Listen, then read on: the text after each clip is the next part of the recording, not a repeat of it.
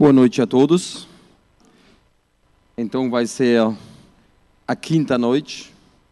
Amanhã vamos para Gereizate 1 e mais algumas outras igrejas. Muito bem. Hoje à noite vamos falar sobre a verdade sobre o arrebatamento, que na verdade é para 2 noites, né? Então se preparem. Tentei tirar algumas coisas, mas é difícil.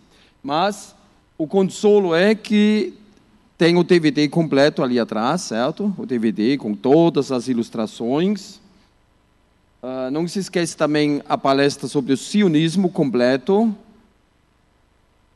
Tem outro ótimo livro, Vivendo na Expectativa da Volta de Jesus. A base para a teologia da esperança pela iminência da volta de Jesus. Aqui é muito bem feito para defender o nosso ponto de vista. E o nosso querido irmão Thomas Eis, aqui ele trata Mateus 24 e 25 em mais do que 30 capítulos, todas as perguntas, é bem técnico, mas muito bom.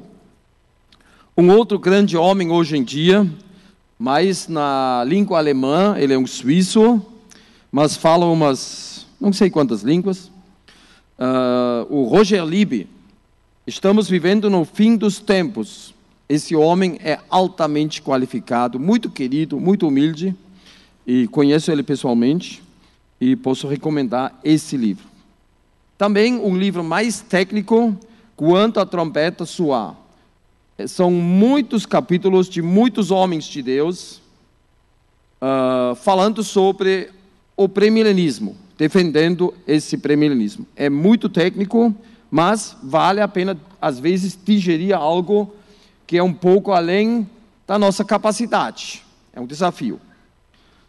O melhor da chamada é a publicação mensal chamada da meia-noite. Vocês podem levar, e todos que compram alguma coisa ganham uma sacola com uma amostra. Dentro tem uma carta. Você gostou dessa revista? E vocês têm a possibilidade de fazer uma inscrição anual por R$ 54, que realmente não é caro. E cada mês aprendendo um pouco mais sobre profecia bíblica, acontecimentos mundiais e muitas coisas boas que também vocês encontram no nosso site chamada.com.br. Também quero agradecer a todos que nos ajudaram nesses dias, que foi exemplar. Tinha irmãos que fizeram compras por nós, nos convidaram para almoçar, trouxeram comida. E muitas coisas diferentes. Ficamos muito gratos e para esses 5 dias que passamos em segurança ali fora. Nós somos meio sensíveis como moradores de rua. Moradores de rua. Muito bem.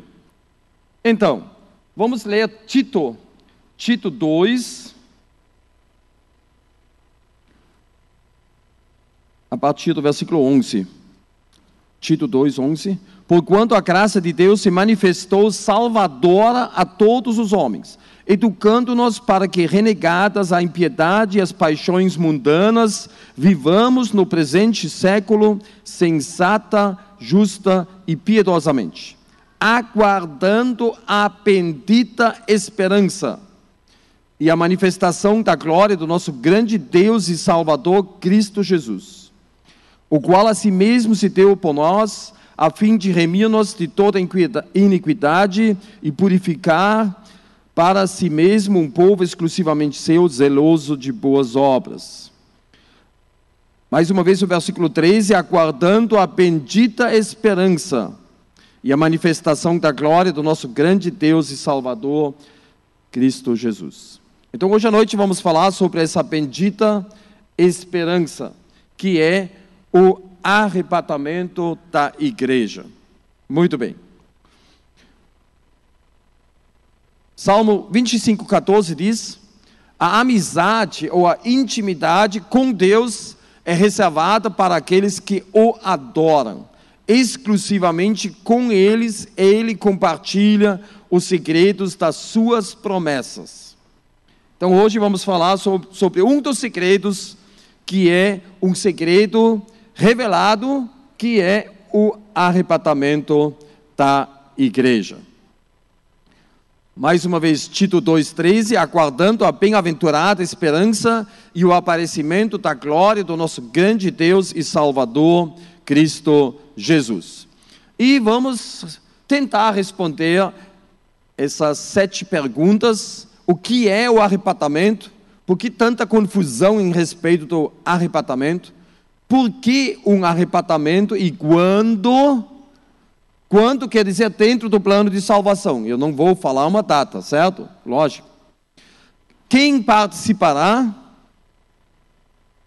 E na verdade, tem outro onde eu incluí quem não participará, que é muito importante. Haverá sinais para o arrebatamento? O que acontece depois do arrebatamento? E a grande pergunta, você está preparado para esse evento muito especial, o arrebatamento? O que é o arrebatamento? É um dos mistérios revelados no Novo Testamento. Nós temos pelo menos 10 mistérios. Mais do que 20 anos depois de Pentecoste, o apóstolo Paulo diz: eis que vos digo um mistério. Quando ele toca nessa palavra, o Espírito Santo cumpriu aquela promessa que ele ia revelar as coisas futuras. Aqui é uma das coisas futuras, um dos mistérios, uns 20 anos depois de Pentecoste. Nem todos dormiremos, quer dizer, nem todos vamos morrer, mas transformados seremos todos, num momento, num abrir e fechar de olhos, que é uma tentativa de tradução, porque em grego está escrito atomos. Como vamos traduzir atomos? Então, usaram uma ilustração, fechar e abrir o olho, né? Da pálpebra. Um fechar de olhos, ao ressoar da última trombeta, a trombeta soará, os mortos em Cristo ressuscitarão incorruptíveis e nós seremos transformados. Um evento muito especial, que se refere exclusivamente à igreja de Jesus. Então, Paulo, ele disse: pois segundo uma revelação me foi dado conhecer o mistério, conforme escrevi há pouco, resumidamente, pelo que quando ledes, podeis compreender o meu discernimento do mistério de Cristo, o qual em outras gerações não foi dada a conhecer aos filhos dos homens, como agora foi revelado aos seus santos apóstolos e profetas, no Espírito, a saber que os gentios são co-herdeiros, membros do mesmo corpo e co-participantes da promessa em Cristo Jesus por meio do Evangelho. Nós somos co-herdeiros, co-participantes, junto com os judeus, salvos e crentes. E essa palavra Maranata, também é uma palavra especial e exclusiva para a igreja de Jesus. Maranata, vem Senhor Jesus. E em Apocalipse 22, 17, o Espírito e a noiva dizem: vem. Porque o maior desejo de uma noiva normal, certo? Uma noiva normal, é casar. Olha, nós ficamos 3 meses noivos, era só por forma, porque eu sabia que Traude era aquela menina que Deus preparou para mim aqueles 3 meses já era demais. Eu não quero queimar ninguém, mas eu não entendo como alguém pode ficar 5 anos noivados e não dormir com aquela mulher. Sério, eu estou falando assim como eu penso, certo? Bem assim, para fora. Então, a maior alegria da noiva é o casamento. Isso é pelo menos dentro do padrão bíblico, certo? Então nós temos a palavra profética e fazemos bem em atendê-la. O arrebatamento era um mistério, mas já no Antigo Testamento, no começo da Bíblia, Deus já começou a abrir um pouco a cortina, um flash foi jogado quando um homem, o 7º depois de Adão, foi arrebatado. Quem foi esse homem? O Enoque. Olha, por que Deus fez isso com Enoque? Ele simplesmente fez, para mostrar que ele pode arrancar um homem e levar para o céu. direto. Então, naquela época, as pessoas que creram em Deus falaram desse arrebatamento, entendeu? Isso foi um marco, foi algo especial, como também a ascensão ou arrebatamento do profeta Elias. Foi algo incrível, naquela carruagem de fogo, levados para o céu. Não esquece também o arrebatamento de Jesus, que muitos são acostumados em chamar de ascensão, mas na verdade era o arrebatamento de Jesus, certo? Ele foi e voltou para o céu. Uma situação um pouco diferente era no Monte da Transfiguração. Ali o céu baixou até a terra. E as duas testemunhas em Apocalipse 11 também serão arrebatados. Aqui, muito bem. E ouviram uma grande voz do céu que lhes disse: subi para cá, e subiram ao céu em uma nuvem, e os seus inimigos os viram. Enquanto o arrebatamento da igreja é num atomos, bem rápido, é a parte menor do segundo, que ninguém sabe o que é a menor parte de um segundo. Que vai ser, né? Vai ser super rápido. Mas olha, as duas testemunhas, eles sobem lentamente e os inimigos podem acompanhar e assistir. O arrebatamento da igreja, o trecho clássico, nós encontramos em 1 Tessalonicenses 4,16. Porquanto o Senhor mesmo, dada a sua palavra de ordem, ouvida a voz do arcanjo e ressoada a trombeta de Deus, descerá dos céus, e os mortos em Cristo ressuscitarão primeiro. 17 a 18. E depois nós, os vivos, os que ficarmos, seremos arrebatados juntamente com eles entre nuvens, para o encontro do Senhor nos ares, e assim estaremos para sempre com o Senhor. Consolai-vos, pois, uns aos outros com estas palavras. Muito importante. É um grande consolo. Mas a confusão que nós temos hoje nas igrejas não é um consolo para ninguém. Você entendeu? Mas a Bíblia diz que a profecia é bem confirmada e é um consolo. Por isso, eu acredito que há uma interpretação simples e evidente da profecia bíblica. Não é sim e não, não tem mil maneiras para interpretar. Então, o arrebatamento, em português, é uma palavra bem suave, arrebatamento. Em alemão é Entrückung, é bem bonito. Sabe como é em inglês? Rapture, rapture. Em latim, rapture, rapture, ser raptado que nem de uma ave de rapina, que vem assim voando bem rápido e pega a presa. Isso é arrebatamento.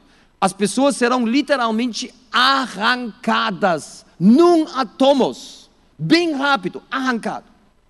Isso é bem diferente de Mateus, eu até anotei antes, de Mateus 24, 31, que diz: seus anjos reunirão os seus escolhidos. Reunir, gente, é um outro movimento do que rapture, ser raptado, certo? É outra coisa. Muito bom.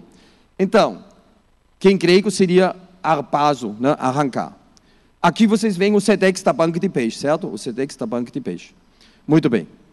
O arrebatamento, a Bíblia diz: depois nós, os vivos, os que ficarmos, seremos arrebatados juntamente com eles entre nuvens, para o encontro do Senhor nos ares. Aqui no Nordeste, muitas vezes o céu é bem azul, o sol torrante. E uma noite, quando eu preguei numa igreja, realmente tinha nuvens, e o pastor falou na minha cara: hoje Jesus pode voltar. E eu não posso nem rir na cara das pessoas, né? Porque isso é falta de educação. Eu aprendi isso com a minha esposa. Gente, quando a Bíblia diz entre nuvens, isso não são nuvens de chuva. Não é como ficar no aeroporto, despedir um amigo, o avião sobe e some naquela camada de nuvens quando houver nuvens. Não. Entre nuvens é ligado com a abertura da dimensão de Deus. Sempre quando Deus abriu o céu, apareceu uma nuvem misteriosa. É ligado com a Shekinah. Isso foi no Monte da Transfiguração, aquela nuvem brilhosa. Isso não era uma cerração, não uma neblina. Era algo de Deus, porque Ele falou para fora daquela nuvem. A nuvem teofânica. A nuvem teofânica. A Bíblia diz que Deus olhou para fora da coluna de fumaça, ou de nuvens e de fogo de noite, e olhou os egípcios. Ditas essas palavras, foi Jesus elevado às alturas, à vista deles, e uma nuvem o encobriu dos seus olhos. Outras traduções dizem, uma nuvem veio e levou ele embora. Ele não foi até as nuvens de chuva. Ele simplesmente foi transportado para a dimensão de Deus, que não é no final do nosso cosmo. Nós não precisamos viajar 70 bilhões de anos-luz e aí vem a casa de Deus. Né? Isso é bobagem. Que até o Henri Christie diz que ninguém vai lá, porque lá fora tem o frio absoluto, que são 270 e poucos graus negativos, se eu me lembro bem. Bobagem, né? Claro. Quando Jesus disse, vocês verão vir o Filho do Homem vindo sobre as nuvens do céu. Quando Jesus voltará, o céu vai se abrir. E essas nuvens são nuvens teofânicas. Não são as nuvens do nosso céu, mas do céu de Deus. Naquele dia, Zacarias 14:4, estarão os seus pés sobre o Monte das Oliveiras, que está de frente de Jerusalém para o Oriente. Os pés estão no Monte das Oliveiras. Presta atenção. Quando Jesus subiu para o céu, em Atos 1, a Bíblia diz, ditas essas palavras, foi Jesus elevado às alturas à vista deles, e uma nuvem o encobriu dos seus olhos. Varões galileus, falaram os dois anjos, por que estáis olhando para as alturas? Esse Jesus, que dentre vós foi assunto ao céu, virá de modo como viste subir. Então voltaram para Jerusalém, do monte chamado Oliveiras. Essa informação é muito importante, porque ele vai voltar no Monte das Oliveiras. Já que ele vai voltar do mesmo jeito, nós podemos inverter o filme. O filme de trás para frente. Então nós temos pelo menos 4 itens: o Monte das Oliveiras, Jesus, os discípulos, e qual foi a quarta coisa? Jesus, os discípulos e o Monte das Oliveiras. Vamos ver se não tinha mais um. Vamos olhar aqui. Jesus, os discípulos, as nuvens e o Monte das Oliveiras. São 4 coisas, certo? A nuvem, me esqueci da nuvem. Agora cuida bem, vamos ver na hora do arrebatamento quantos itens nós vamos descobrir. Porquanto o Senhor mesmo, Jesus, dada a sua palavra de ordem, ouvida a voz do arcanjo e ressoada a trombeta de Deus, descerá dos céus, e os mortos em Cristo ressuscitarão primeiro, depois nossos vivos. Aqui temos todos os discípulos. Os que ficarmos, seremos arrebatados juntamente com eles entre nuvens. Temos a nuvem, aqui em plural, para o encontro do Senhor nos ares.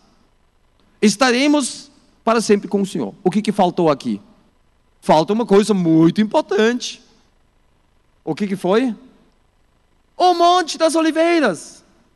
Porque no arrebatamento, Jesus não toca a terra aqui. Não toca, vai ser nos ares. Certo? Nos ares. O arrebatamento não combina com a volta gloriosa do Senhor Jesus. É algo diferente. Certo? Então, realmente, o Monte das Oliveiras, ele faz falta na hora do arrebatamento. Muito bem. A verdade sobre arrebatamento, que era um mistério, infelizmente, para muitas igrejas, ainda é um mistério. É um mistério. Eles ainda questionam quantas vezes Jesus vai voltar. Para que isso? O Espírito Santo já revelou tudo isso. terá uma volta exclusiva para a noiva. O noivo vem para buscar a sua noiva. Já que a noiva era um mistério no Antigo Testamento, o arrebatamento também era um mistério. Mas foi revelado. Ele vai buscar a sua igreja. Olha o que Jesus falou, e raramente ele falou sobre o arrebatamento. Na verdade, isso aqui são uns dos versículos mais bonitos do Novo Testamento. E quando você, ficando mais velho, né, você começa a valorizar esses versículos cada vez mais. Na casa de meu pai há muitas moradas. Se assim não for, eu vou-lhe teria dito, pois vou preparar a vós lugar. Então, olha, Jesus está lá no céu preparando um lugar. E quando eu for e vos preparar lugar, voltarei e vos receberei para mim mesmo, para que onde eu estou estejais vós também. O movimento é assim, Jesus vem do céu, vai pegar os seus e vai levar eles para casa, levar vocês comigo para casa. I bring you at home. Eu vou levar vocês para casa. Isso é maravilhoso. O movimento, né? Jesus do céu, pega os seus e leva para casa. A grande esperança, muito além do túmulo, para todos os cristãos verdadeiros. Muito importante. E olha, pelo menos na época do apóstolo Paulo, tinha várias características de um cristão verdadeiro. Pois eles mesmos, no tocante a nós, proclamam que repercussão teve, primeiro, o nosso ingresso no vosso meio. Eles abriram, né, uma oportunidade para Paulo pregar, deixando os ídolos. Aí aconteceu uma reação no coração dos ouvintes. Vos convertestes a Deus. Mas isso ainda não é tudo. Para servir, diz o Deus vivo e verdadeiro. O que quer dizer servir? É se colocar à disposição, com os seus dons, com o seu tempo, fazer coisas ativamente, não só esquentando o banco da igreja ou as cadeiras da igreja, certo? E agora vem uma outra característica, quinto ponto. E para aguardardes dos céus o seu Filho, a quem ele ressuscitou dentre os mortos, Jesus, que nos livra da ira vindoura. Ele vai nos livrar. Nós não fomos destinados para a ira. Está escrito em outro lugar. Nós não vamos participar daqueles 7 anos. Mas olha, já naquela época, eles aguardaram dos céus o seu Filho. Porque isso é um fruto do Espírito Santo. Que a noiva, em todos os séculos, desde Pentecoste, a noiva sempre ansiou pela vinda do noivo. Eles não se enganaram, gente. Isso está errado. Isso é uma expressão do Espírito Santo em nós. Todos esperaram através dos 2000 anos pela volta do Senhor Jesus. Por que tanta confusão? Por quê? É muito simples. Porque o arrebatamento é ligado com Israel. Esse é a pedra de tropeço. O arrebatamento é ligado com Israel. Porque a igreja tem que sumir para que Deus pode trabalhar de uma maneira diferente com os judeus. E nós já lemos que os queridos reformadores, né, que voltaram para a Bíblia, grandes coisas, grandes bênçãos. Mas eles deixaram algumas lacunas e em respeito da profecia bíblica, eles deixaram pouca coisa. E em respeito de Israel, pior ainda. Não, o exclusivismo. Então assim, olha, eu falo isso com muito cuidado. Não me entenda mal. A denominação, às vezes, pode ser parecido com cavalo de Troia. Se você tem um computador, você sabe o que é um cavalo de Troia. Você pensa que está recebendo lá uma coisinha linda, você clica em cima e pum, você tem um vírus no seu computador. Cavalo de Troia. E assim hoje, quando as pessoas vão para as diferentes igrejas, muitas vezes tem coisas embutidas na igreja que você leva junto, certo? Que você engole. Cavalo de Troia, que às vezes podem ser coisas boas, e às vezes podem ser coisas não tão boas. E nós temos que discernir. Por exemplo, aquela mensagem do Natal, a Bíblia diz, de Belém vai sair aquele que vai reinar em Israel. Mas olha, ele nunca reinou, não adianta tentar forçar a barra. Ele não reinou, nem espiritualmente e nem politicamente. Ele foi rejeitado nas duas áreas. Na área espiritual, ele foi condenado por blasfêmia, porque ele se fez igual a Deus. Politicamente, como rei, nem pensar. Então ele vai voltar, ele tem que reinar em Israel. Por isso nós falamos do milênio, certo? O milênio. Nós já falamos sobre o kit da salvação em Jesus, que é restaurar as tribos de Jacó, trazer os remanescentes de Israel, por isso ele manda os anjos em Mateus 24, 31, e também ele é a salvação até a extremidade da terra, todos concordam. Restaurar as tribos de Jacó, que começa em Apocalipse 7, 12.000 de cada tribo. Ali começa a restauração e Jesus já pega uma parte das tribos para essa missão especial durante, principalmente, os primeiros 3 anos e meio da tribulação. É lógico que isso não são 12.000 cristãos da igreja tal, da igreja tal, da igreja tal, né? Por isso temos que mostrar o cartão amarelo para muitas igrejas, como eles tratam a profecia bíblica, certo? Que é um grande problema.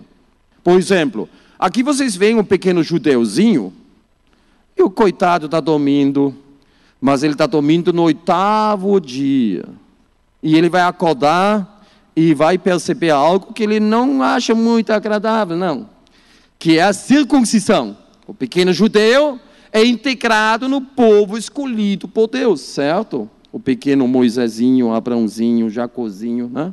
Levizinho. E as igrejas, imitando a circuncisão, inventaram o batismo dos lactentes, certo?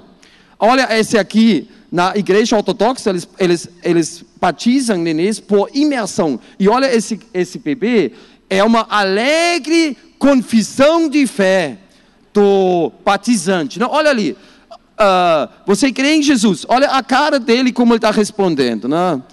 Porque o bichinho está chorando, imagina, bota ele embaixo da água.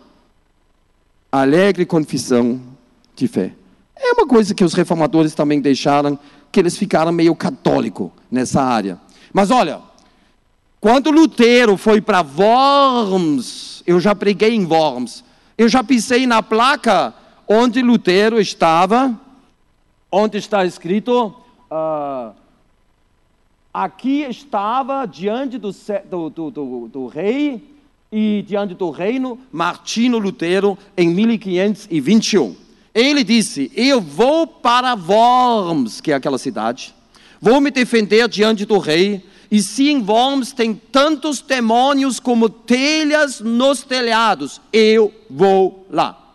Porque Lutero correu o risco de morrer, o Lutero. E ele era um homem muito corajoso, mas como nós falamos, né?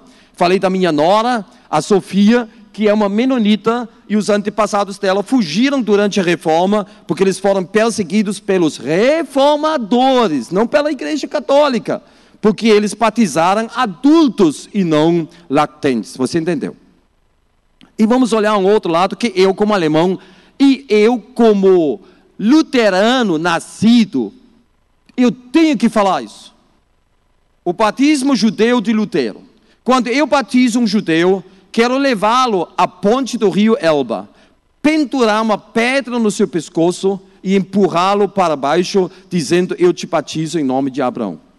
Isso é feio. Isso é muito feio. Você sabe que nós temos umas 30 igrejas na Alemanha, com a chamada porca judaica como relevo, o Shem Ham Foraz, que significa o nome especial de Deus, que os rabinos usaram, eles botaram aqui para debochar os judeus nas fachadas das igrejas luteranas. Essa aqui é na igreja de Wittenberg, onde Lutero estava e traduziu o Novo Testamento, em Wittenberg, que era na antiga Alemanha Oriental, certo? Então, o rabino está lendo o Talmud através da parte traseira da porca, para dentro da porca, e os judeus estão tomando leite nas tetas da porca. Isso é deboche, isso é humilhar, isso é horrível, o que foi semeado através das igrejas contra os judeus. Em vez de criar ciúmes, eles se tornaram espantalhos. Eu tenho um artigo aqui, né, sobre esse Shem Ham Foraz, que estava escrito acima da polca judaica, que o Lutero escreveu uma Schmähschrift. Schmähschrift é uma publicação para desprezar e debochar alguém totalmente. E ele falou coisas horríveis contra os judeus. E eles falam aqui que isso preparou o antissemitismo na Alemanha, que depois os nazistas se aproveitaram. Olha, gente, eu vou chorar. Isso é horrível. Então, os mistérios revelados. Muito importante. Por exemplo, que nós somos ramos enxertados na oliveira e devemos tratar Israel com respeito, os judeus com cuidado para criar aquele ciúme e não cortar o nosso próprio galho. Já falamos tudo sobre isso, né, do meu livro, aproveito, porque é um livro muito simples, argumentação muito boa. Nós não podemos excluir ou imitar Israel. Não adianta imitar a igreja primitiva dos apóstolos. Depois vamos falar sobre isso. Sem Israel, nós não entendemos as profecias e não vemos o arrebatamento, nós não vemos a tribulação, não entendemos o livro do Apocalipse, não vemos o futuro de Israel, nem o milênio, e isso para mim é muito sério. Abençoar Israel também na teologia ou amaldiçoar, apagar espiritualmente dentro das igrejas Israel e o futuro desse povo. Prosperarão, orai pela paz de Jerusalém, já foi cantado. Prosperarão aqueles que te amam. Eu coloquei ali, prosperarão também na área da profecia bíblica, que é uma grande bênção para nós amigos de Israel, que nós entendemos a profecia. Por que o arrebatamento e quando? Jesus disse, eu não rogo somente por esses, mas também por aqueles que pela sua palavra hão de crer em mim. Nós sabemos que tudo começou mesmo em Pentecoste, uma reação em cadeia, A igreja de Jesus nasceu, cresceu durante os 2000 anos e o desfecho da igreja é bem definido. É o arrebatamento. Ela será buscado por aquele que deu origem à igreja, Jesus Cristo, o noivo. E a igreja tem que dar espaço, porque não quero, irmãos, que ignoreis esse mistério, que veio o endurecimento em parte a Israel, até que haja entrado a plenitude dos gentios, aí aquele endurecimento será tirado de Israel. Olha, lendo Romanos 11, 25, numa maneira normal, esse é o sentido, eu não posso fugir do assunto. Então, a ligação do arrebatamento com Israel. O que falta para o arrebatamento? Por que ainda estamos aqui? Não? O arrebatamento vai ser assim, o cachorro vai ficar sem dono, né? Assim. É uma tentativa, né, de ilustrar. Não sei se vai ser bem assim, mas olha, o que falta para o arrebatamento?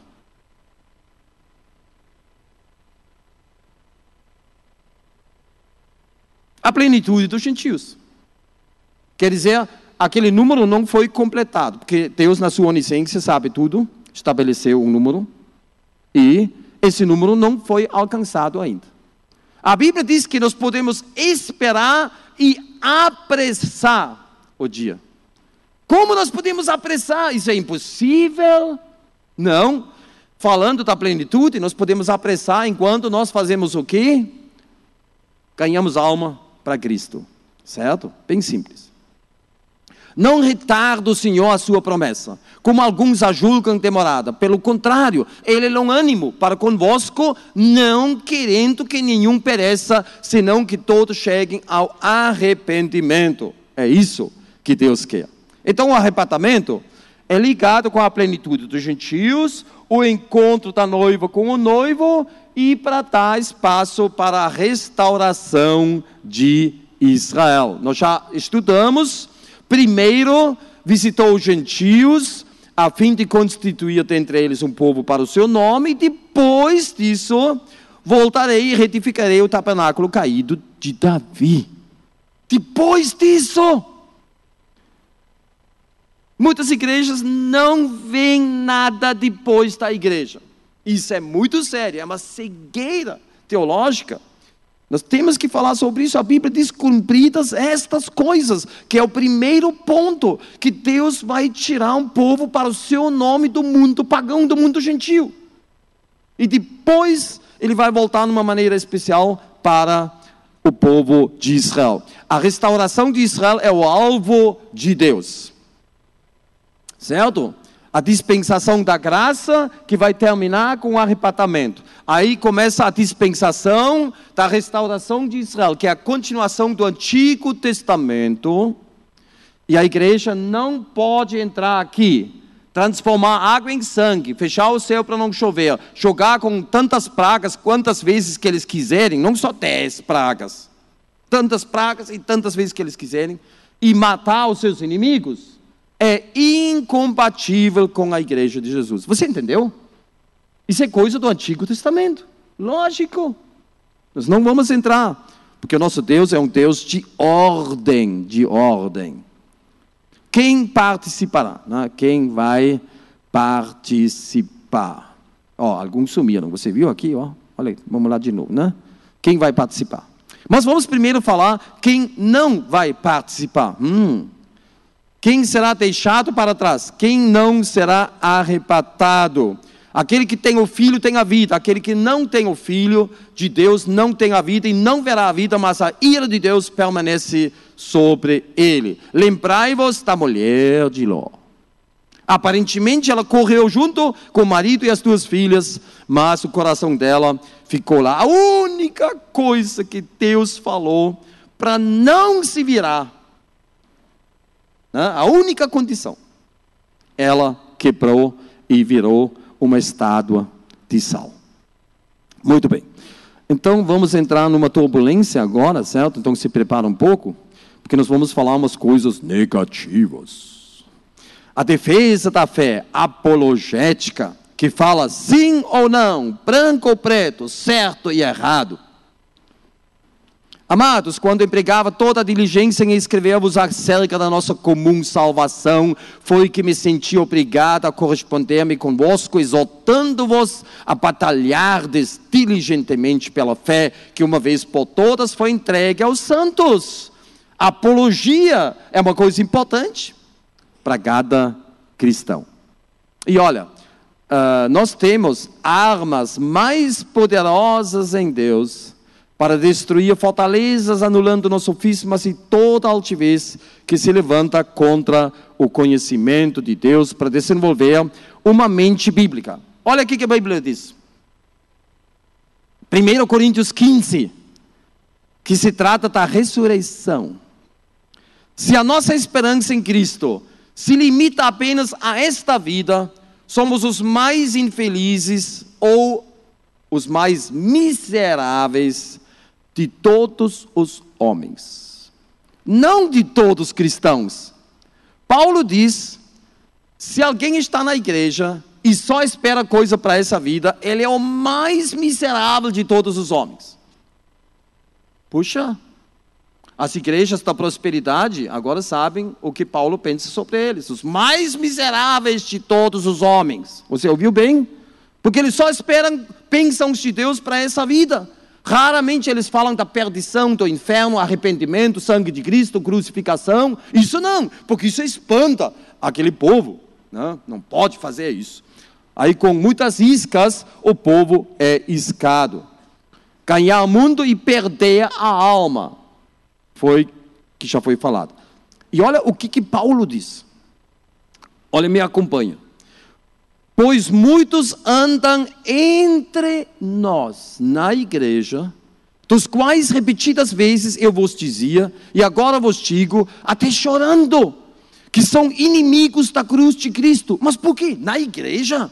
O destino deles é a perdição, o Deus deles é o ventre, e a glória deles está na sua infâmia, visto que só se preocupam com as coisas terrenas. Olha, eu não quero queimar ninguém. Quando você conhece um irmão na igreja, e você nunca ouve nada de Jesus, nunca você ouve alguma coisa espiritual ou da Bíblia, você só escuta, olha, nada contra futebol, certo? Mas você escuta só sobre futebol, ou o lamento, o lamento sobre a situação no Brasil, que é um lamento realmente, né, muito grande entre nós. Mas se você escuta só essas coisas, você tem que se perguntar se esse irmão é salvo. Sério, isso é muito sério. Inimigos da cruz, que só se preocupam com as coisas terrenas, e a Bíblia diz, a nossa pátria está lá nos céus, e isso deve se mostrar na nossa atitude, que nós somos somente o quê? Peregrinos. Peregrinos, é quase um verbos, né? Esse aqui é quase um verbos. Peregrinos. Então nós vemos muitos perigos, onde tem bênção, já tem as coisas perigosas no meio, né? Os tubarões. Quando vier, porém, o Espírito da verdade, ele vos guiará a toda a verdade. Agora cuida. Por que tem tantos cristãos renascidos no Brasil que ficam em igrejas ruins? Gente, isso é uma pergunta para mim que me perturba muito, que eu falo para Jesus, mas o Espírito não quer guiar em toda a verdade o que está acontecendo. Mas o Espírito só pode fazer isso quando permitimos e buscamos essa verdade de todo o coração. Esse assunto fica acima da nossa denominação e da nossa opinião. Às vezes temos tradições de homens que nós arrastamos na igreja e outras coisas, ou um esquema teológico profético errado. E olha, o Espírito só faz isso quando nós permitimos. Quem crer em mim, como diz a Escritura, como um cristão bíblico, do ou no seu interior fluirão rios de águas vivas. Agora, cuida bem. Nós ainda estamos na turbulência com o nosso avião, certo? Está batendo as asas. Mas o que eu faço e farei é para cortar a ocasião àqueles que a buscam com o intuito de serem considerados iguais a nós, naquilo em que se gloriam. Porque os tais são falsos apóstolos, obreiros fraudulentos, transformando-se em apóstolos de Cristo. Paulo, o que é isso?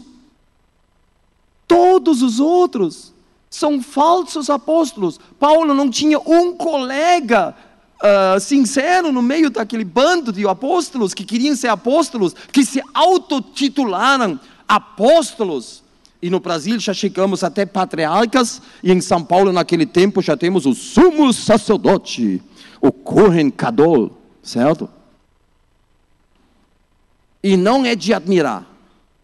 Olha o que Paulo fala. Olha, eu vou repetir aqui. Porque os tais são falsos apóstolos, obreiros fraudulentos, transformando-se em apóstolos de Cristo. Agora, o que ele fala? E não é de admirar, porque o próprio Satanás se transforma em anjo de luz. Não é muito, pois, que os seus próprios ministros... Paulo, você está falando o quê? Você quer dizer que aqueles que se chamam apóstolos e não são apóstolos de verdade, são ministros do diabo?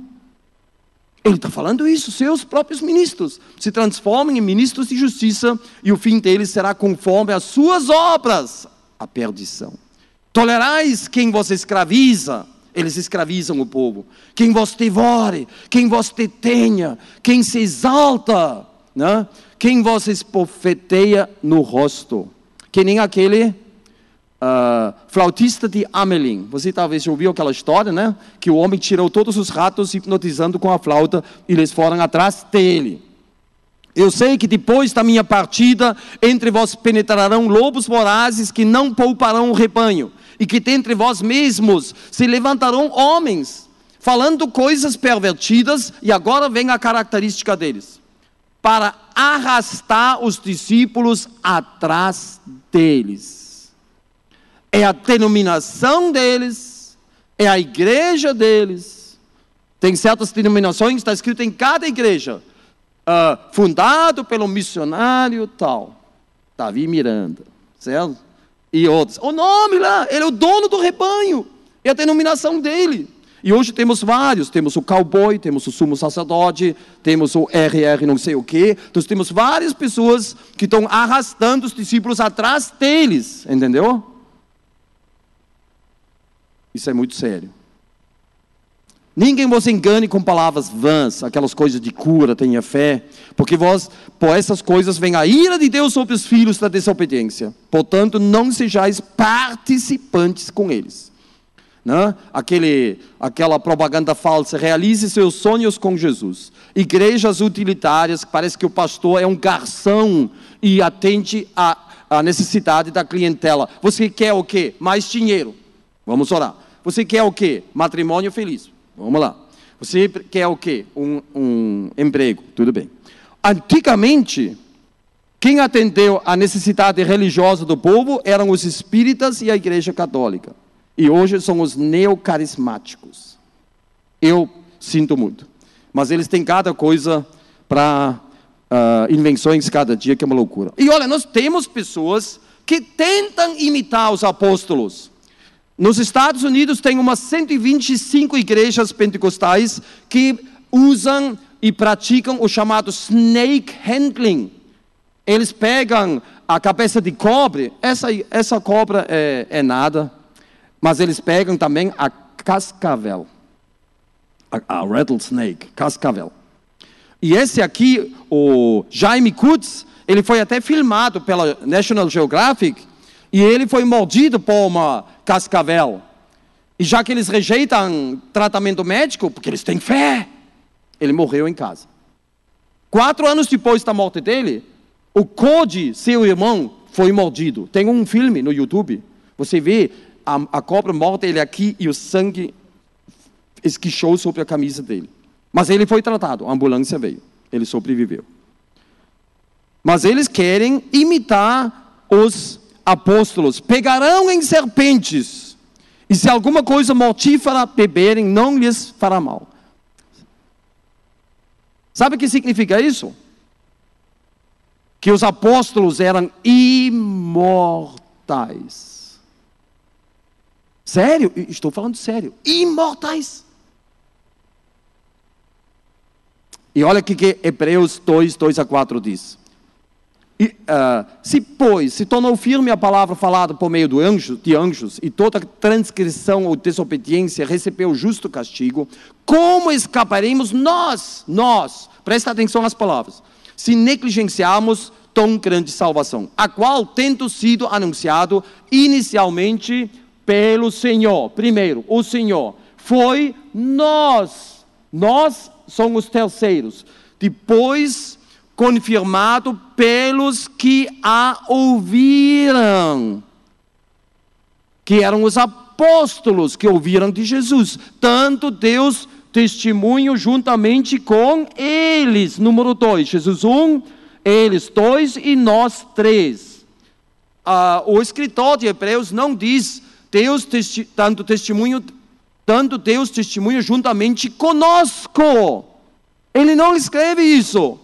Mas com eles, por sinais, prodígios, vários milagres e por distribuições especiais, dizem algumas Bíblias, do Espírito Santo segundo a sua vontade, que eram especiais.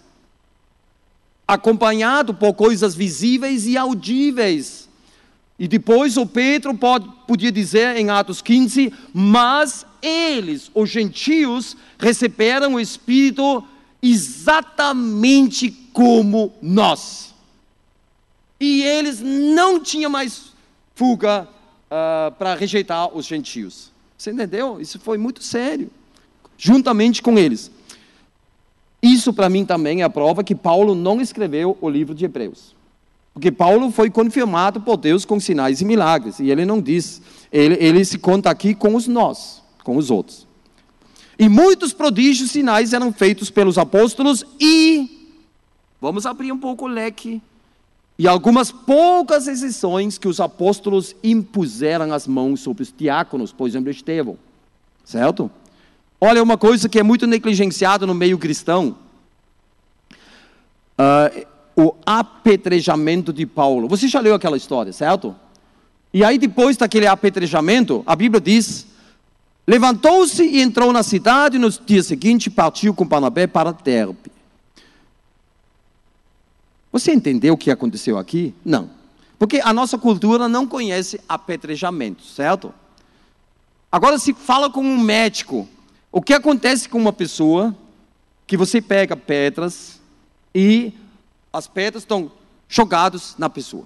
Ossos quebram, perigo de embolia, tudo é esmagado. Até a pessoa, vamos dizer, com muito cuidado, sobrevivendo, vai ser um atrofiado para toda a vida. Você entendeu o que eu quero dizer aqui? Claro, imagina um monte de ossos quebrados, crânio, talvez o crânio lá quebrado, coisa horrível. E a Bíblia diz que o Paulo levantou, entrou na cidade e no outro dia ele viajou. Você entendeu o que aconteceu aqui? O Paulo levantou sem uma mancha azul, nada quebrado. Imortal. Você entendeu? Até ter cumprido a missão deles. Cada um deles, Deus falou dessas coisas. Veneno, serpentes e outras coisas. Ele deu garantia, não temam nada. Eu estou com vocês. Que nem as tuas testemunhas. Eles serão 1260 dias imortais. Se alguém quer matar eles, sai fogo. Você pode sentar os dois em cima de uma bomba atômica e explodir a bomba atômica. Os dois não vão morrer. É sério o que estou falando. Então o Jaime Kutz se deu muito mal. Olha, vocês sabem que de 5 milhões de mordidas cada ano de cobras, acho que eu botei aqui, de 5 milhões de mordidas por ano, 100 mil levam à morte. Isso são 2%. 98% de mordidas de cobras não são fatais. Porque são mordidas secas, mordidas com pouco veneno, depende do lugar onde ela morde, né? Um lugar com mais circulação de sangue mais perigoso. E eles estão brincando com as cobras e acham que é o Espírito Santo. Olha, se vocês têm ânimo, vamos testar, mas não com cascavel. Vamos pegar uma coral, né, que tem as cores da bandeira da minha terra, da Alemanha, e vamos ver se você tem fé, certo? Se você tem fé, você pega coral na mão. Apesar que a coral é muito boazinha, mas se você é melhor motivo. Quem tem fé, consegue o que quer. Vocês têm que saber que quem fala isso, ele não faz mais parte dos cristãos bíblicos, certo? Isso é muito sério. Fazer a vontade de Deus. Isso é importante. E o que eles praticam hoje é superstição cristã. Como nós temos a ciência cristã, que é uma seita, hoje temos a superstição cristã. Quem tem fé consegue todas as coisas. Você sabe que um veneno de rato é 99,995% nutritivo para engordar o rato. E 5 milésimos é um veneno letal. Isso é a mesma proporção como num estádio de futebol com 100 mil pessoas, 5 pessoas não pagaram o ingresso. Esse é o veneno de rato. Então, às vezes você diz, não, mas esse cara na televisão, ele está pregando bem, ele está pregando a Bíblia. E às vezes você não vê o que acontece lá no meio das linhas. Ou depois, quando aquela ovelhinha, aquele meu irmãozinho, falando com voz meiga, na segunda parte começa a falar assim, Deus, é agora, é agora. E ele começa a curar as pessoas. E a minha ovelhinha se transformou num lobo mandando no meu Deus. Heresias. Olha, eu vou falar uma coisa para vocês. Vocês se lembram que até a sombra de Pedro, quando caiu sobre as pessoas foram curadas. Incrível, incrível. Agora, naquela época, olha o que Tiago escreve em Tiago 5,14. Na época, quando houve apóstolos com grandes dons, está alguém entre vós doente, chama o Pedro. O que está escrito? Chame os presbíteros, que é a liderança da igreja. Né? Pastores, mestres, evangelistas. E esses fazem oração sobre ele, ungindo com óleo em nome do Senhor, e a oração da fé salvará ou melhorará o enfermo, e o Senhor o levantará, e se houver cometido pecado, ser-lhe-ão perdoados. Qual foi o procedimento na época dos apóstolos? Que o doente chamou a liderança da igreja, e na privacidade da casa, não num palco, um show, eles oraram por ele. Você entendeu? Isso já foi no começo, na igreja primitiva. Muito importante, muito importante. E você se lembra do evangelista do inferno, né? Aquele rico e o Lázaro, que não é uma parábola. Não é parábola, na parábola as pessoas não têm nome. Os dois, depois da morte, um foi para o pré-inferno e o outro foi para o pré-céu, paraíso. Aí, cuida bem. O evangelista do inferno fala o seguinte: Pai, eu te imploro que o mandes à minha casa paterna, porque tenho 5 irmãos para que lhes dê testemunho, a fim de não virem também para esse lugar de tormento. Olha, aquele cara se preocupa com os 5 irmãos. Que querido! Eu nem entendo porque ele está no inferno. Será que Deus fez um erro com ele?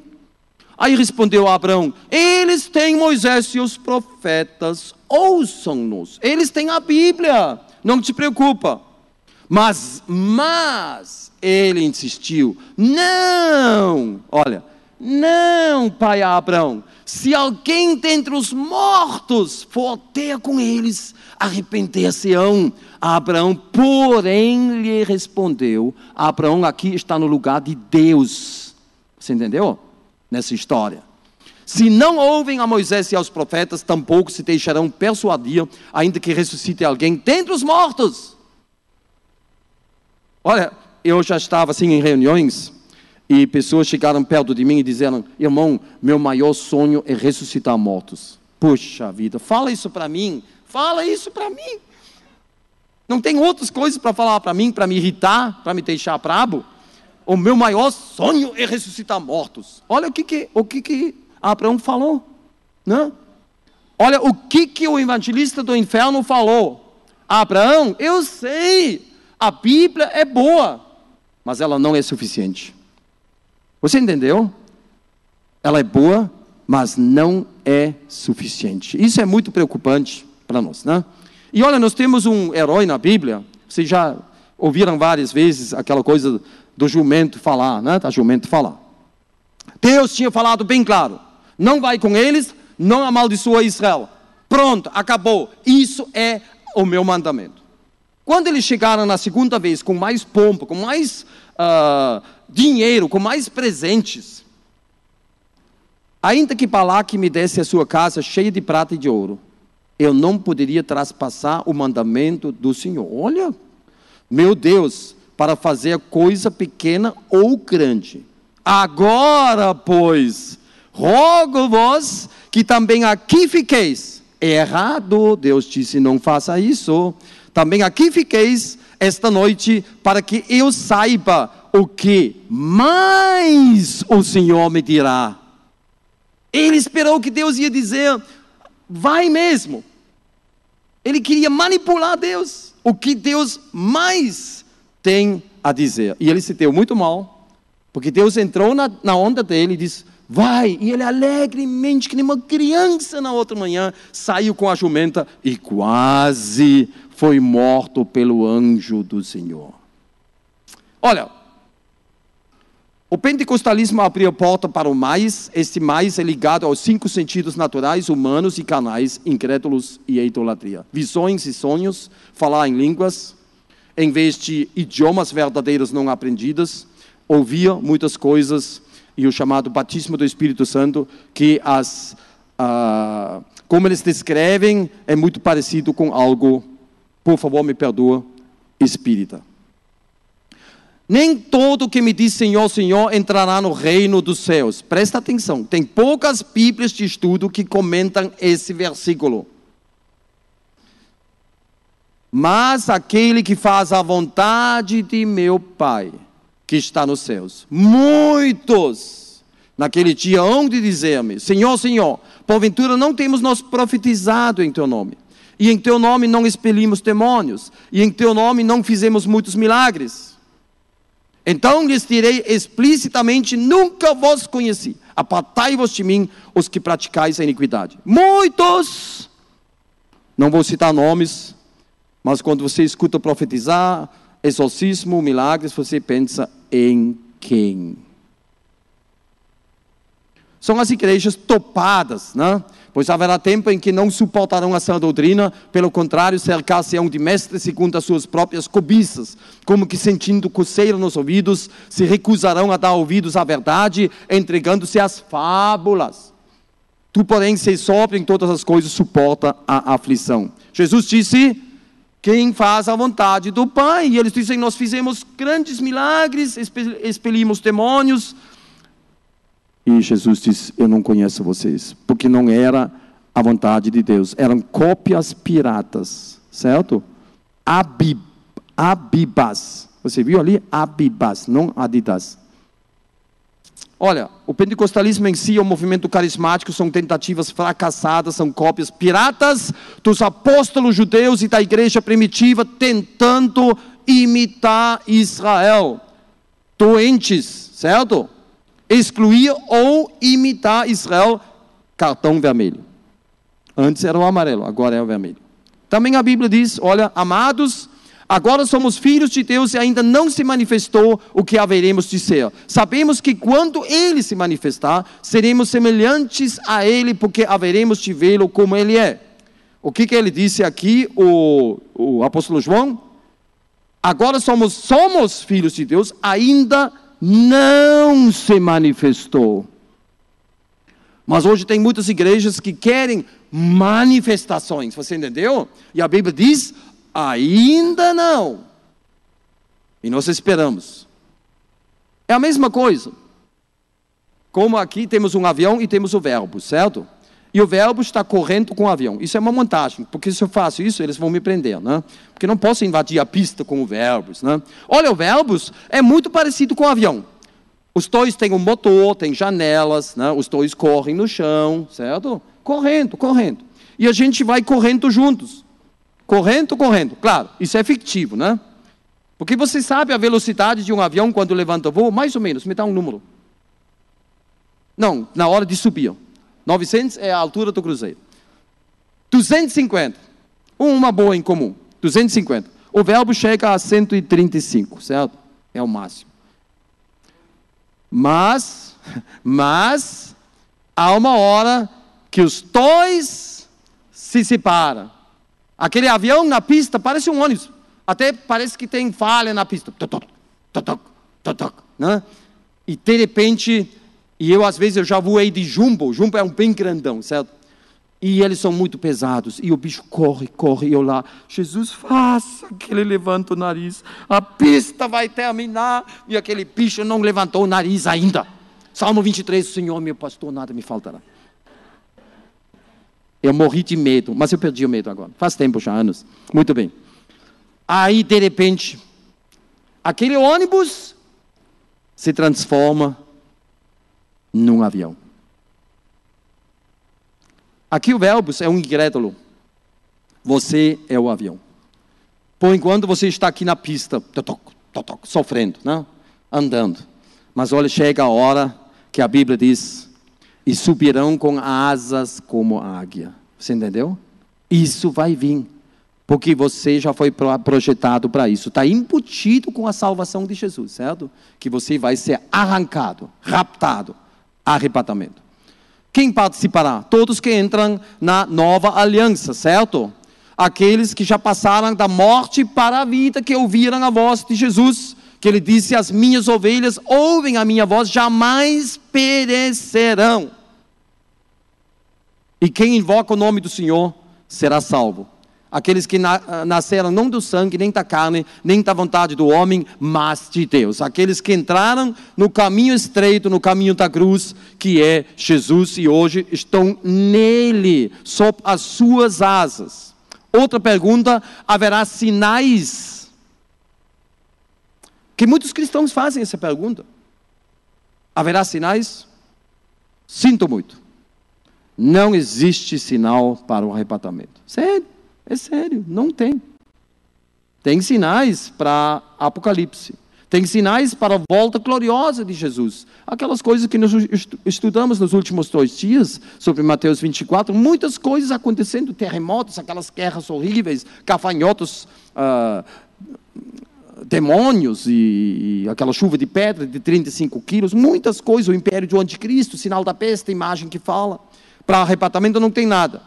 Nós só vemos o dia se aproximar, nós vemos os preparativos, né, no estado geral do mundo, o palco apocalíptico sendo preparado. E vemos, claro, podemos chamar isso de mega hiper sinal, o super sinal que é Israel. Já faz 70 anos e nós acompanhamos isso, e a Bíblia diz que isso acontecerá no fim dos anos, nos últimos dias. Esse povo será congregado dentre muitos povos sobre os montes de Israel, no fim dos anos, nos últimos dias. E eu acho também outra coisa, por exemplo, para mim, é a teoria da evolução, que hoje é tão aceito, até por muitos cristãos, tentando unificar tanto evolução com criação. Isso é muito perigoso, pois eles mudaram a verdade de Deus em mentira, adorando e servindo a criatura em lugar do Criador. Outra coisa é que os dias serão como em Sodoma, nos dias de Ló, assim serão os dias da vinda do Filho do Homem. Para mim, o casamento gay, sem dúvida, é um golpe no rosto de Deus e mostra que os povos não querem mais saber de Deus. Alemanha, Suíça, olha a minha terra, horrível. Eles chamam isso casamento para todos, horrível.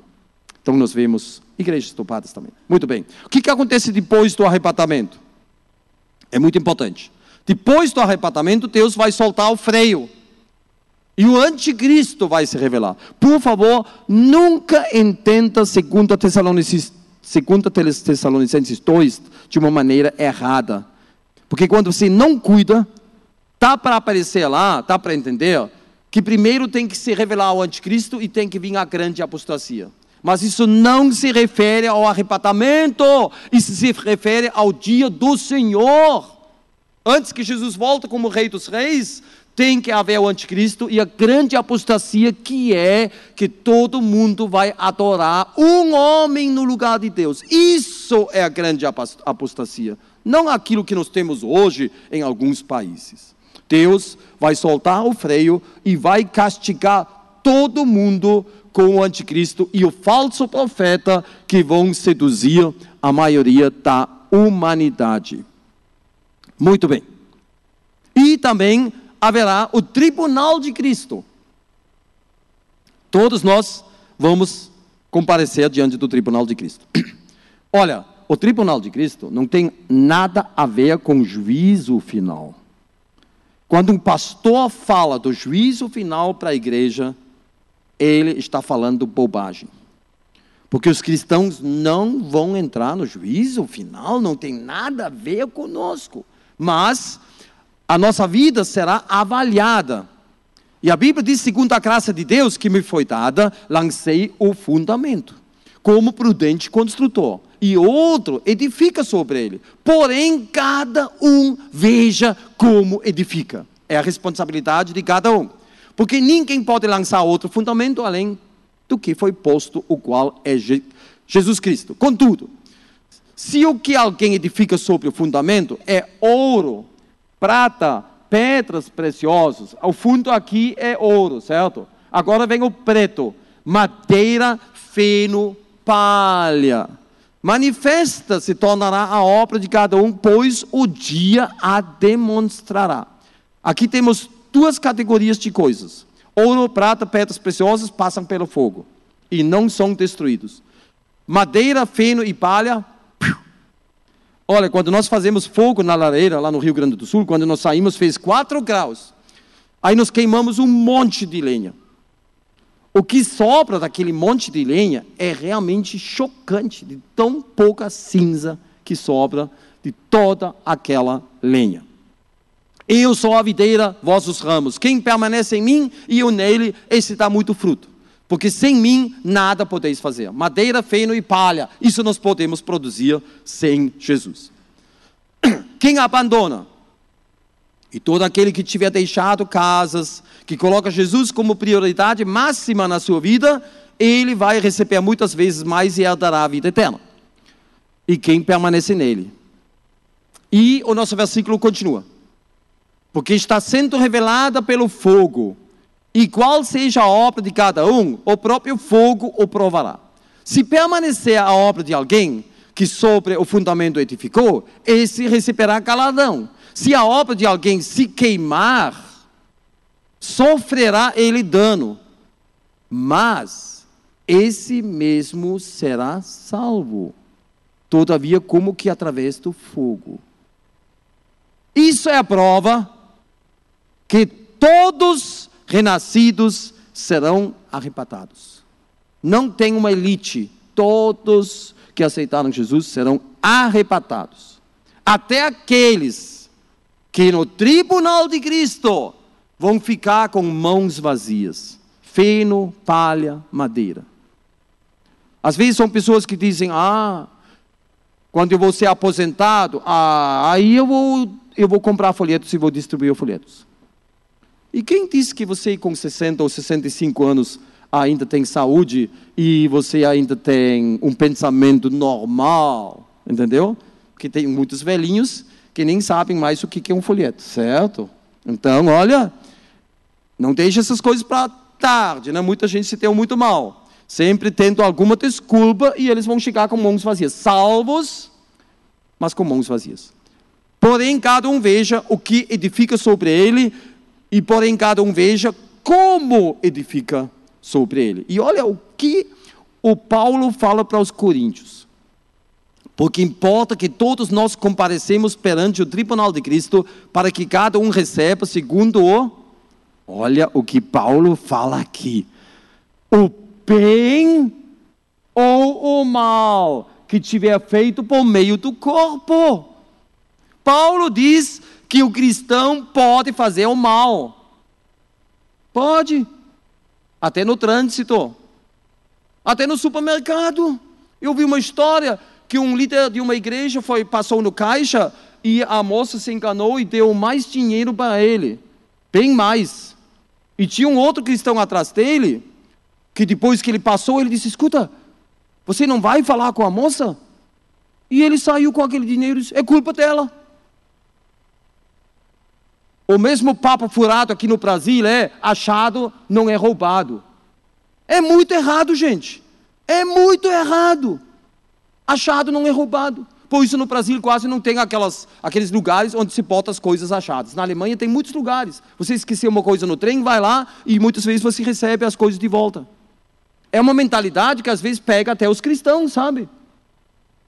Quando eu vejo um carro com um peixinho, eu digo, um peixinho está aqui. Aquele cristão anda do mesmo jeito como esses lobos no trânsito. É muito sério, porque nós temos que cumprir princípios bíblicos. E nós fazemos mal, que às vezes nem notamos.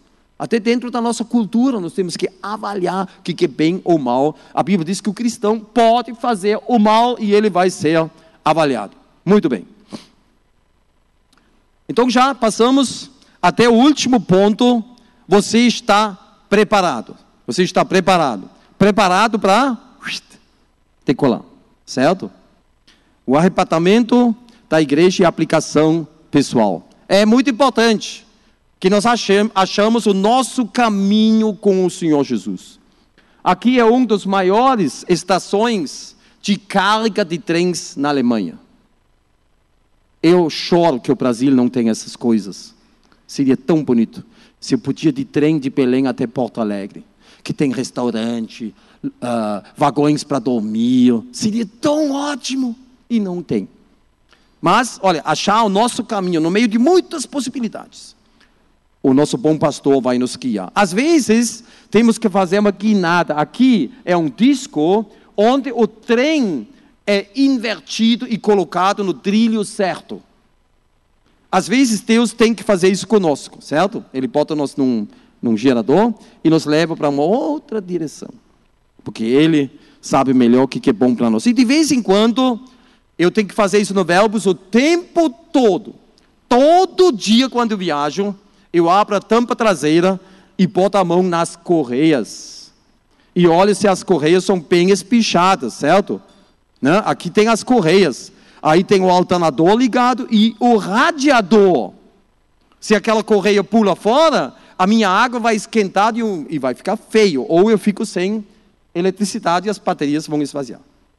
Então, o que eu quero dizer? Às vezes as correias na sua vida têm que ser espichadas, ajustadas, que é um novo despertamento, certo? Ser colocado no trilho certo para que aquela vida pode brotar. E olha, pois todos os que são guiados ou movidos pelo Espírito de Deus são filhos de Deus. Não vamos deixar esse versículo para os místicos, os cristãos místicos. Não. Guiados, movidos pelo Espírito. É isso que Deus quer para todos nós. E a palavra de Cristo habita em vós ricamente.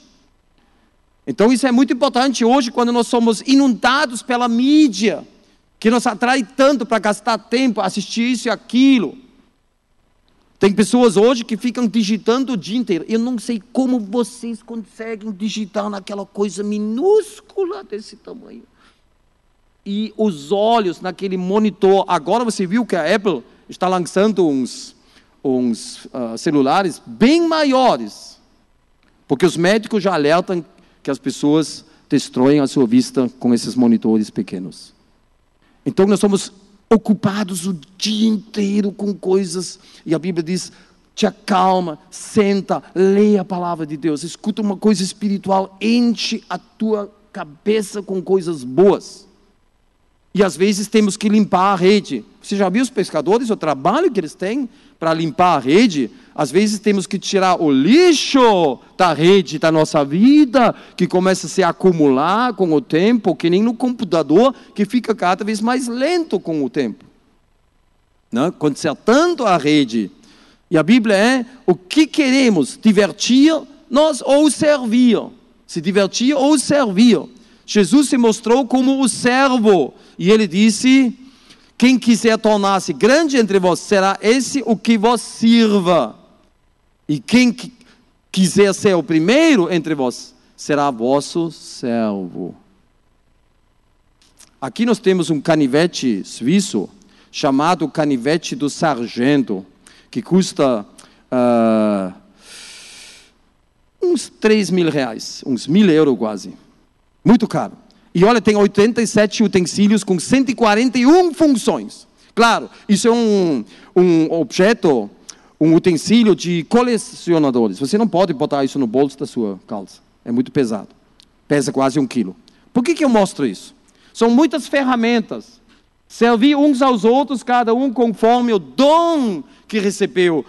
Como bons dispenseiros da multiforme graça de Deus. Servir na igreja. Não ficar num casulo, isolado, né? Sempre com distância, porque você não se agrada de muitas pessoas na igreja. A Bíblia diz, você não pode rejeitar o seu irmão ou irmã que também nasceu de Deus. Nós somos uma família, você entendeu? Na igreja não tem simpatia e antipatia, tem que ter empatia para um aceitar o outro. O servo não está acima do mestre. E nós devemos colocar esse jugo. Ele disse, meu jugo é suave e meu fardo é leve. E nós somos uma luz no meio de uma geração corrupta e perversa. O peixinho, eu coloco isso aqui, porque o peixinho tem que nadar contra a correnteza podre desse mundo. Uma luz no meio de uma geração perversa e corrupta. Só o peixe machucado ou morto é levado pela correnteza. Como é a sua atitude espiritual ultimamente? Hoje é o fim de 5 noites. Eu quero apelar para nós. Como é a sua atitude? Você está sendo levado pela correnteza? Você está ficando mole nos últimos tempos ou anos? Coisas que você nunca permitiu antigamente, hoje você está fazendo uma moleza e parece um peixe, né? Que foi levado pela correnteza. Ele está aqui na grama, já está secando o peixinho. A Bíblia diz que o critério é o nosso amor. Não há visto Jesus a mais, no qual não vendo agora, mas crendo, exultais com alegria indizível e cheia de glória, obtendo o fim da vossa fé, a salvação da vossa alma. E Jesus disse: Pai, eu quero que onde eu estou, estejais também comigo os que me deste. Estejam também comigo os que me deste. Ele quer todos nós para sempre na eternidade. E para finalizando, mais 2 versículos, vocês já podem respirar aliviado, certo? Ó. E assim como aos homens está ordenado morrerem uma só vez, nós usamos isso quando nós falamos com espíritas, para combater a crença na reencarnação. Vindo depois disso o juízo. Só uma vez o homem vai morrer. Assim também Cristo, tendo se oferecido uma vez para sempre, para tirar os pecados de muitos, aparecerá segunda vez, sem pecado, aos que o aguardam para a salvação. Hebreus 9 fala do arrebatamento da igreja. É um dos poucos versículos em Hebreus. Mas aqui a Bíblia diz, na segunda vez, ele só vai aparecer exclusivamente para aqueles que o aguardam. Quando a mim estou sendo já oferecido por libação e o tempo da minha partida é chegado. Combati o bom combate, completei a carreira, guardei a fé. Já agora a coroa da justiça me está guardada, a qual o Senhor, reto juiz, me dará naquele dia. E olha o que o grande apóstolo Paulo, único, singular, o que ele fala? E não somente a mim, mas também a todos, quantos amam a sua vinda. A sua vinda. Você ama a vinda de Jesus? Você está esperando a volta de Jesus? Quando foi a última vez quando você falou Maranata? É muito importante no nosso dia a dia, sabendo que Jesus vai voltar. Você está preparado? Vamos ficar de pé, vamos orar. Vamos ficar de pé e vamos orar. Senhor, obrigado por essa noite, iluminando vários pontos ligados com o arrebatamento da igreja, que foi um dos mistérios revelados através do apóstolo Paulo. Poucas vezes já mostrados no Antigo Testamento, que é possível que Deus arranca pessoas vivas aqui da terra e leva para o céu. E isso é a nossa bendita esperança, que a noiva será buscado especialmente pelo noivo que vai nos levar para casa. Na casa do meu pai há muitas moradas e eu voltarei e vou buscar vocês. E tu disseste, Pai, eu quero que todos que me destes estejam comigo para todo sempre. Esse amor incrível. Faça que isso ecoe no nosso coração. E cada um também hoje à noite se pergunta, o que eu estou juntando pensando no tribunal de Cristo?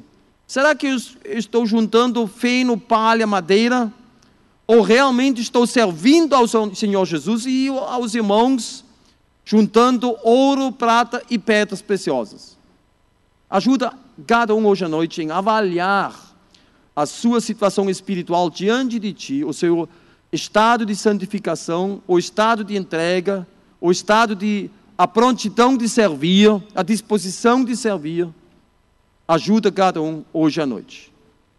E eu te peço que a tua palavra não volte vazia e que o Espírito Santo trabalhe em nosso coração para que nós sejamos servos verdadeiros nos tempos finais.